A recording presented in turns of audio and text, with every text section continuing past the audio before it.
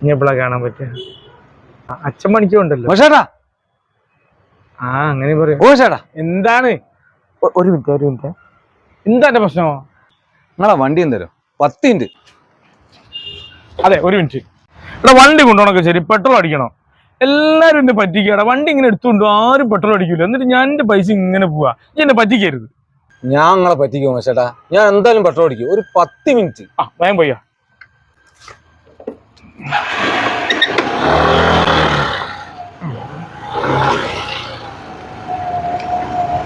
Hello, വരൂ. സിനിമയല്ലേ, നമുക്ക് കണ്ടതിന് പിന്നെയും കാണാലോ. ഒരു മിനിറ്റ്, കട്ട് ചെയ്തു. 10 മിനിറ്റ് തന്നിട്ട് 1 മണിക്കൂർ ആയില്ല. അല്ല, ഈ പെട്രോൾ അടിച്ചോ? ഇല്ല, എന്നത് തുറക്കാൻ കഴിയണ്ടേ? ഞാൻ കൊറേ നോക്കി തുറക്കാൻ കഴിയുന്നില്ല. എന്തേത്താ രൂപേഷ്, എല്ലാരും പറ്റിക്കണായിരിക്കും മാർക്ക്.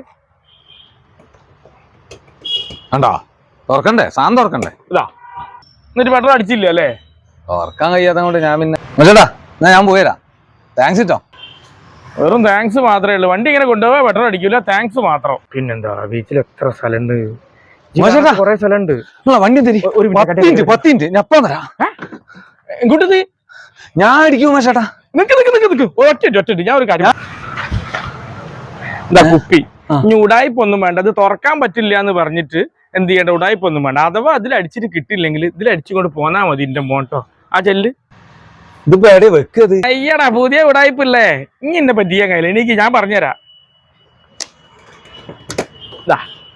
ഇതിന്റെ ഉള്ളിൽ വെച്ചാ മതി. അതാവുമ്പോ മറന്നു പോകൂല കേട്ടാ മോനെ. എന്നെ പറ്റിക്കല്ലോ വിട്ട. വേറെ തട്ടിപ്പ് സ്ഥിരമായിട്ട് എന്നും ഒരാളെ പറ്റിക്കാന്ന് കയ്യിൽ നിന്ന് വിചാരിക്കണ്ട കേട്ടോ. മോളെ, എന്നെ പറ്റിക്കാൻ നോക്കുക. ഞാൻ അങ്ങനെ വിടും ഓനെ. അയ്യട, എന്റെ അടുത്താ കളി. അങ്ങോട്ട് പറയുമ്പോ എന്തൊക്കെ വിശേഷങ്ങൾ?